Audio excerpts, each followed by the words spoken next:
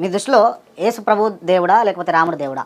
అసలు ఆ క్వశ్చన్ అడగకూడదు. నేను అడుగుతా, తప్పది. మీరు చెప్పండి. అలా కాదు, నేను ఇందాక చెప్పాను కదా, మీ నాన్నగారు గొప్పడా మా నాన్నగారు గొప్పడా అన్నట్టు ఉంటుంది. తప్పది. నేను అడిగినా మీ సమాధానం చెప్పండి. ఇప్పుడు యేసు ప్రభు నాకు దేవుడు అయితే రాముడు హైందవ సోదరులందరికీ దేవుడు. నేను నమ్మనంత మాత్రం ఆయన దేవుడు కాకుండా పోడు, వాళ్ళు నమ్మనంత మాత్రం నాకు ఈయన దేవుడు కాకుండా పోడు కదా. సో కాబట్టి ఆ క్వశ్చన్ ఈజ్ వెరీ రాంగ్. ఎందుకంటే దానివల్ల మీరు చెప్పిన ఆన్సర్ నాకు నచ్చింది. మీరు మళ్ళీ చెప్పరా ఆన్సర్ నాకు? నేను నమ్మనంత మాత్రాన వాళ్ళకి రాముడు దేవుడు కాకుండా పోడు, వాళ్ళు నమ్మనంత మాత్రాన నాకు యేసుక్రీస్తు దేవుడు కాకుండా పోడు. ఇక్కడ నేను యేసు ప్రభు దేవుడు అని ఎలా నమ్ముతున్నానో అక్కడ వాళ్ళు కూడా రాముడు దేవుడు అని నమ్ముతున్నారు. సో దేవుళ్ళు ఎంతమంది ఉంటారా అనే ప్రశ్న వచ్చినప్పుడు, దేవుడు ఎవరు అనేటువంటి చర్చ జరుగుతున్నప్పుడు అందరూ కూర్చొని పుస్తకాలు ముందేసుకుని ప్రేమపూర్వకంగా మాట్లాడుకుని డిసైడ్ చేసుకుంటే అది మంచి విషయం. అంతేగాని ఒక్కనే చేసి నన్ను ఇంటర్వ్యూలో కూర్చోబెట్టి రాముడు దేవుడా యేసుప్రభు దేవుడా అని అడిగితే తప్పు కదా, అది చాలా తప్పది. ఆ క్వశ్చన్ మీరు ఎవరిని అడగండి, ఎప్పుడు కూడా ఎవరిని అడగకూడదు కూడా. ఎందుకంటే ఇప్పుడు ఎవడైనా యేసుప్రభు దేవుడు రాముడు దేవుడు కాదు అన్నాడు అనుకోండి, కంగారు పడి అప్పుడు వాళ్ళందరినీ హట్ చేసినట్టే కదా. అది సెక్యులరిజం ఎలా అవుతుంది?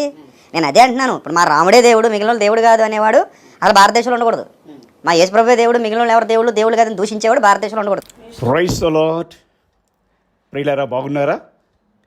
ప్రభునందు ప్రియ దేవుని జనాంగమా, దేవుని వాక్యానికి విరుద్ధముగా పేరెనిక గన్న సేవకులను అపవాది మలుచుకుంటూ వాక్యానికి విరుద్ధముగా ప్రజల్ని రేపటానికి వాడు చేస్తున్న ప్రయత్నంలో కొంతమంది సేవకులు దొరికిపోతున్నారు.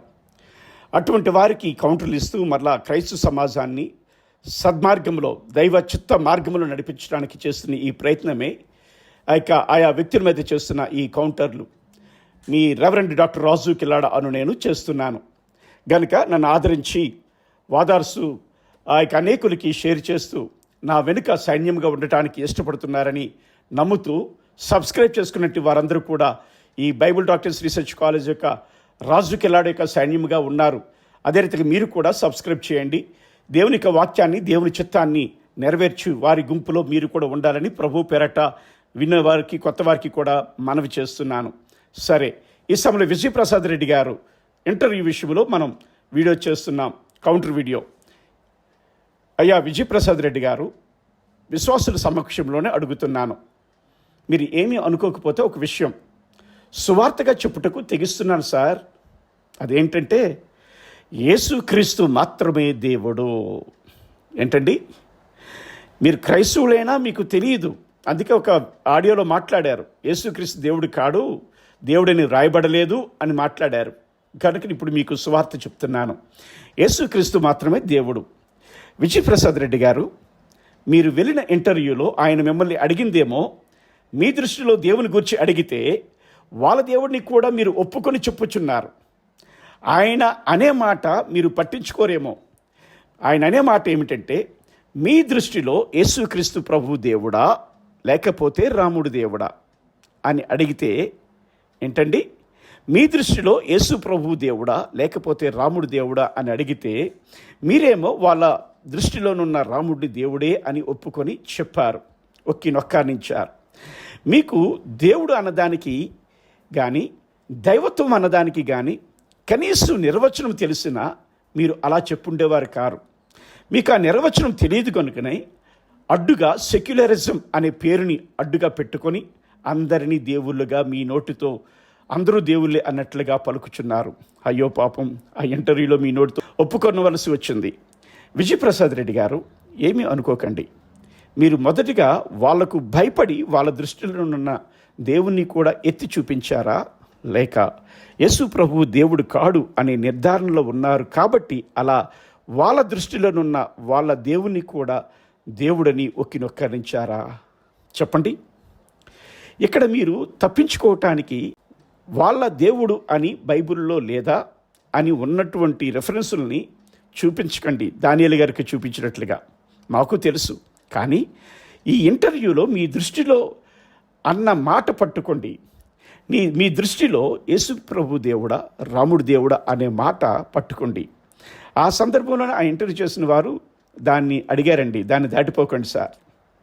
నేను ఎందుకు ఇలా మాట్లాడుతున్నానంటే, మీ ఫోన్ సంభాషణలో కూడా యేసుక్రీస్తు దేవుడు కాడు, దేవుడని వ్రాయబడలేదు అని మీరే అన్నారు. ఇది నేను విన్నాను, కానీ తర్వాత ఆ క్లిప్ నాకు దొరకలేదు. దొరికితే ఈ వీడియోలో పెట్టుండేవాడిని ఆధారముగా. అంతేకాకుండా దానియేలు గారితో మీరు ఫోన్ సంభాషణలో మాట్లాడుచున్నప్పుడు ఈ విషయంలో తమరిని ప్రశ్నించిన తోటి దైవజనులను ఉన్మాదులని, మతోన్మాదులని, క్రైస్తవులు కానివారు ఆడిపోసుకుంటున్నట్లుగానే ఇతర మతోన్మాదులు దూషిస్తున్నట్లుగానే మీరు కూడా దూషిస్తూ ఉన్నారు. అంతేకాదు మీ పూర్వ వీడియోలలో దేవుని సేవకులను దొంగలని, మోసగాలని, అభిషక్తుల్ని దూషిస్తూ, ఓ ప్రక్క వరములు ఉన్నట్టు వారిని దూషిస్తూ, పరిశుద్ధాత్మను దూషిస్తూ ఉన్నారు. ఓహో, అర్థమైంది. మీ పెద్ద గురువు గారు పిడి సుందరరావు గారి దగ్గర నేర్చుకున్న ఆత్మీయత ఇలానే ఉంటుందేమో గనుకనే మీరు ఎలా తయారయ్యారు. మీ నోటి ద్వారా దూషణలు, ద్వేష పలుకులు, కీడుకు ప్రతికీడు ఉంటే మీరు మోక్షానికి వెళ్ళలేరు. మీరే కాదు, negative emotions, negative emotional words కానీ, నెగిటివ్ ఎమోషనల్ ఫీలింగ్స్ కానీ ఉన్న క్రైస్తవుడు కారు. ఇలాగా మీరు అందరినీ దూషిస్తూ, దోషులు పలుకుతూ, ద్వేషిస్తూ, విచ్చలవిడిగా ఒర్రే గీరే ఆడు ఈడు అని మాట్లాడుతూ మీరు దేవుని సేవకుల్ని, ఆ సేవకుల్ని అభిషేకించిన దేవుని మీరు కించపరుస్తున్నారు. జాగ్రత్త, ఇది మీ ఆత్మీయతకు సరైనది కాదు. గనుక కీడుకు ప్రతికీడైనను, దోషునికి ప్రతి దోషణైన ఉంటే దేవుని ముఖము మనకి దూరం అవుతుంది. అప్పుడు ప్రభువా, నీ నామం ఇన్ని ప్రసంగాలు చేయలేదా, ఇన్ని మీటింగ్లు పెట్టలేదా, ఎంత చేయలేదా, అంత చేయలేదా, ఇన్ని కాలేజీలు పెట్టలేదంటే అక్రమం చేయవాడా, నీవెవడో నాకు తెలియదు అని అంటాడు దేవుడు. కనుక అక్రమం అనేది అంటే దైవిక విధానము తప్ప అక్రమ విధానం అనేది మన గుండెల్లో కానీ మన నోట్లో కానీ సంతరించుకోకూడదు. ఇదే ధోరణిని ఒకవేళ మీరు ఇప్పుడు కలిగి ఉండే ధోరణిని మీ గుంపు వారు కానీ, లేకపోతే మిమ్మల్ని వెంబడించేవారు కానీ, మీ మాటలు వినేటువంటి వారు కానీ, లేకపోతే మీ ఫాలోవర్స్ కానీ కలిగి ఉంటే వారు కూడా మోక్షానికి మీతో పాటుగా చేరలేరు, అనగా పరలోకానికి చేరలేరని జ్ఞాపకం ఉంచుకోండి విజయప్రసాద్ రెడ్డి గారు. ఈ వీడియోలోను ఇంటర్వ్యూ వీడియోలో మీరే ముందు పడి జై అంటూ డాష్ డాష్ డాష్ అన్నారు. మీరే ముందు పడిపోతారు, స్పీడ్ అయిపోతున్నారు. జై అంటూ డాష్ డాష్ అన్నారు. వాస్తవంగా మేము క్రైస్తవులమైన మేము ప్రశ్నిస్తుంటే అది పలకరింపు, ప్రేమతో ఆయన పలకరించారు, సెక్యులరిజంతో పలకరించారు, కనుక నేను కూడా పలకరించాను అని అన్నారు. అది కాదు. వాస్తవంగా చూస్తే ఆయన పలకరింపుగా అనలేదని, తన లార్డ్స్ కృష్ణ అని, తన లార్డ్ కృష్ణ అని, తన లార్డ్ రామ అని ఆయన విశ్వాసాన్ని, ఆయన విశ్వాసం అదే, ఆయన విశ్వాసాన్ని, ఆయన గొప్పతనాన్ని ఆయన వ్యక్తీకరించారు. అక్కడ వ్యక్తీకరించిన ఆ విశ్వాసం బట్టి చూస్తే అది పలకరింపు కాదనేది మాకందరికీ, చూస్తున్న ప్రతి ఒక్కరికి కూడా నిర్ధారణ అవుతుందండి.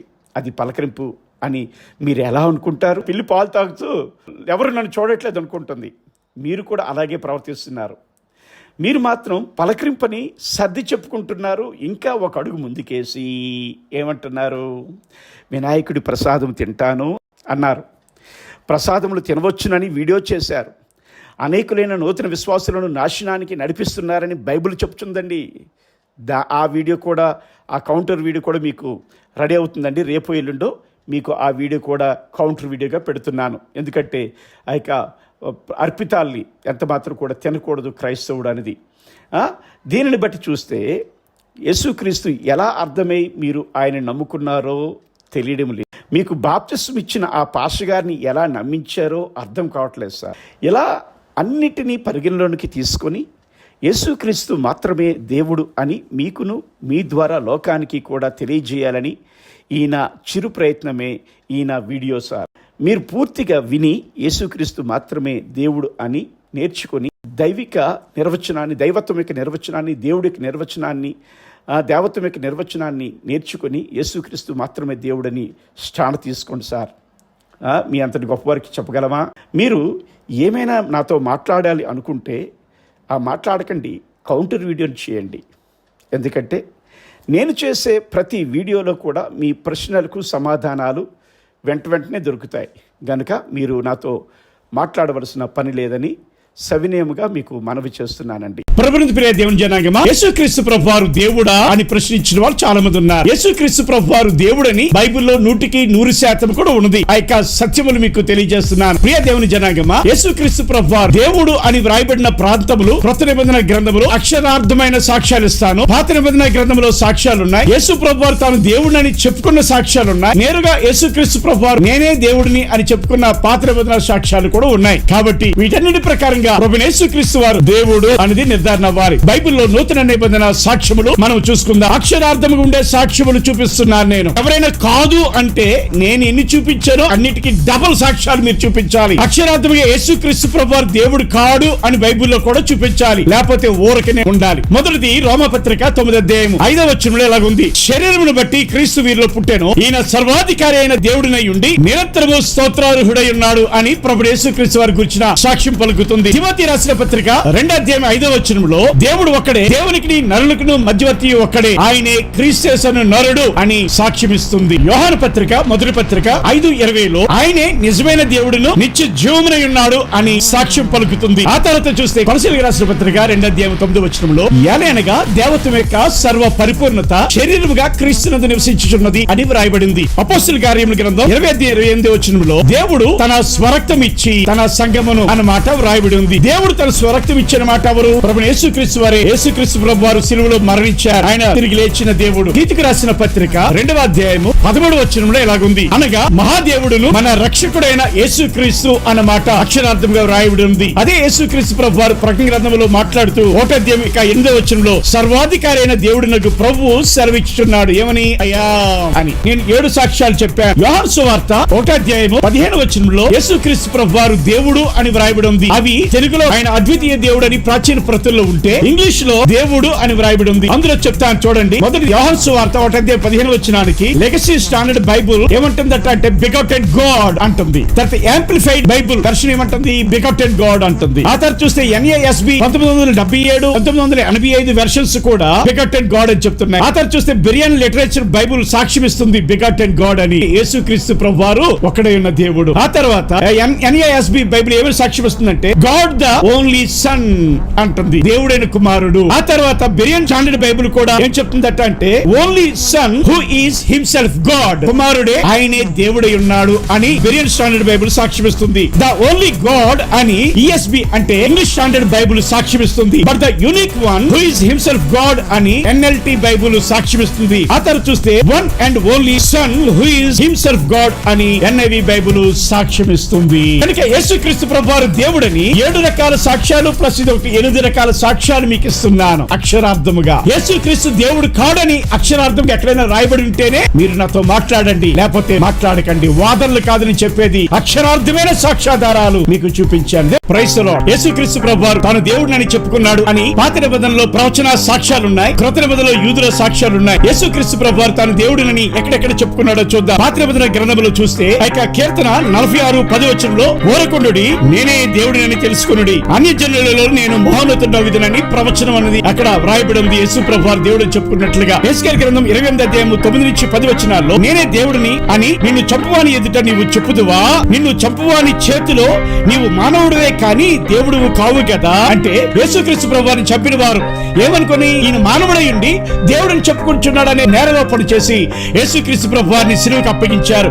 గనుక యేసుక్రీస్తు ప్రభువారు సిలువకు అప్పగించిన విషయంలో ఒక ప్రధాన యాజకుడు మార్కు సువార్త 14వ అధ్యాయం 62-64 వచనంలోను మరియు మత్తయి సువార్త 26వ అధ్యాయము 63-67లో కూడా ప్రధాన యాజకుడు ప్రశ్నిస్తే యేసుక్రీస్తు ప్రభువారు ఆయన దేవుని కుమారుడు అని చెప్పుకున్నట్లుగాను మనిషి కుమారుడు ఆకాశ మేఘుడై వచ్చును అని చెప్పుకున్నట్లుగాను రాయబడిన దానికి ప్రధాన యాజకుడు బట్టలు చెప్పుకొని ఈ చెప్తున్నది నిజమే కదా, ఎంతకు మించింది ఏముంది సాక్ష్యం అంటాడు. కాబట్టి ఆ యేసుక్రీస్తు ప్రభువారు తాను దేవుడు అని చెప్పుకోవటానికి ప్రవచనాధారాలు అవి. కొత్త నిబంధన సాక్ష్యములు ఎలాగున్నాయి? కొత్త నిబంధనలో యూదులు ఏమంటారంటే యోహాను సువార్త 10:33లో అందుకు యూదులు నీవు మనుష్య కుమారుడివై ఉండి దేవుడిని చెప్పుకొనుచున్నావు అంటున్నారు. అంటే ఇందాక చెప్పే కదా యెహెజ్కేలు గ్రంథంలో ప్రవచనం, నువ్వు వారి చేతిలో మనుషుడివే కానీ దేవుడు కావు. ఇక్కడ వీళ్ళు ఏమంటున్నారు? నువ్వు మనుషుడివే, మనిషి కుమారుడివే అయ్యిండి నువ్వు దేవుడని దేవుని కుమారుడిని ఎలా చెప్తున్నావు అంటే దేవుడినని నువ్వు చెప్పుకొనుచున్నావు కదా, అందుకే మేము రాళ్ళొచ్చి కొడుతున్నాం అంటున్నారు. అయితే యేసు ప్రభువారు ఏం చెప్పుకున్నారట అంటే 10వ అధ్యాయము 30వ వచనంలోకి వస్తే నేను తండ్రి ఏకమై ఉన్నాము అని చెప్పుకున్నారు యేసు ప్రభువారు. వారు ఏమంటున్నారు? నీవు దేవుడినని చెప్పుకొనుచున్నావు, నేను తండ్రి ఏకమై ఉన్నామని చెప్పుకున్న మాట ఇది యేసు ప్రభువారు తాను దేవుడినని చెప్పుకుంటున్నట్లుగా యూదులే వారు సాక్ష్యం పలుకుతున్నారు. కనుక యేసు ప్రభువారు తాను గూర్చి తాను దేవుడినని చెప్పుకొనుచున్నారు. Thank you. కొలస్సీయులకు రాసిన పత్రిక 2:9 ఏలయనగా దేవత్వం యొక్క సర్వ పరిపూర్ణత శరీరముగా క్రీస్తునందు నివసించుచున్నది. దేవుని దైవిక సమిష్టి ఆరోపణలన్నీ కలిపి దేవత్వం యొక్క సర్వ పరిపూర్ణత అంటారు. ఆ దైవిక ఆరోపణలు ఏవనగా దైవిక వ్యక్తిత్వం, దైవిక స్వభావం, దైవిక గుణలక్షణాలు, దైవిక విలువలు. ఇవన్నీ మానవత్వం కంటే 100% ఎక్కువైనవి. సృష్టికర్త అయిన దేవుని గుర్తించడానికి మనము దైవత్వం యొక్క సర్వ పరిపూర్ణతను కొలమానముగా తీసుకోవాలి. కాబట్టి ఎవరైతే దేవుళ్ళుగా దేవతలుగా పిలువబడుతున్నారో వారు తమ దైవత్వానికి తగిన జీవితము జీవించి తీరాలి. అలా కాకుండా దైవత్వానికి విరుద్ధముగా వారు అనైతికత, క్రూరత్వం, వ్యభిచారం, అధర్మం, అపవిత్రత అను వాటిలో జీవిస్తూ ఉన్నట్లయినా లేక వాటిని ప్రోత్సహించినట్లయినా వారిలో దేవత్వం అనేది లేదు. వారు దేవుళ్ళు కాలేరు. ప్రభువైన యేసుక్రీస్తు దేవత్వం యొక్క సర్వ పరిపూర్ణత అయి ఉన్నారు. కాబట్టి ప్రభువైన యేసుక్రీస్తు సృష్టికర్తను, ఆయనే దేవుడినై ఉన్నాడు. థాంక్యూ. సామెతల గ్రంథం 1:32 జ్ఞానం లేని వారు దేవుని విసర్జించి నాశనమగుదురు అన్న మాట ఉంది. ప్రజలు దేవుని తిరస్కరించడానికి 3 కారణాలు ఉన్నాయి. ప్రాముఖ్యంగా మొదటి కారణము, ఈ జ్ఞానం లేని ప్రజలకు దేవుని యొక్క దైవత్వము మరియు ఆయన నిత్య శక్తి గురించి తెలియక వాళ్ళు దేవుని విసర్జిస్తున్నారు. రెండవది ఏంటంటే, జ్ఞానం లేని వారు దేవుని యొక్క దైవిక స్వభావమును, దైవిక విలువలను తెలియక వారు గుర్తించలేక వారు దేవుని విసర్జిస్తున్నారు. మూడోది ఏంటంటే, దేవుని యొక్క దైవిక ఆరోపణలను, దైవిక స్వభావమును ఎరుగక జ్ఞానం లేని వారు దేవుని తిరస్కరిస్తున్నారు. అంత మాత్రమే కాదు గాని దేవునికి విరుద్ధంగా జ్ఞానం లేని ప్రజలు సృష్టిలో ఉన్న మూలాలను మరియు వస్తువులను మరియు మనుషులను దేవులుగా ఆరాధిస్తున్నారు. ఈ సృష్టిలో ఉండేటువంటి జీవరాశుల్ని, జంతువుల్ని, పక్షుల్ని కూడా దేవునికి బదులుగా ఆరాధిస్తున్నారు. తత్ఫలితంగా ఇక జ్ఞానం లేని ప్రజలు తెలివి ఉన్నా లేకపోయినా ఈ రీతిగా తిరస్కరిస్తున్నారు కనుక వీరు దేవునిచే విడవబడుదురు. శాశ్వత కాల శిక్షను కూడా పొందుకుంటకు నరకానికి పోవుదురు. ఆ నరకములో అగ్ని ఆరదు, పురుగు చావదు.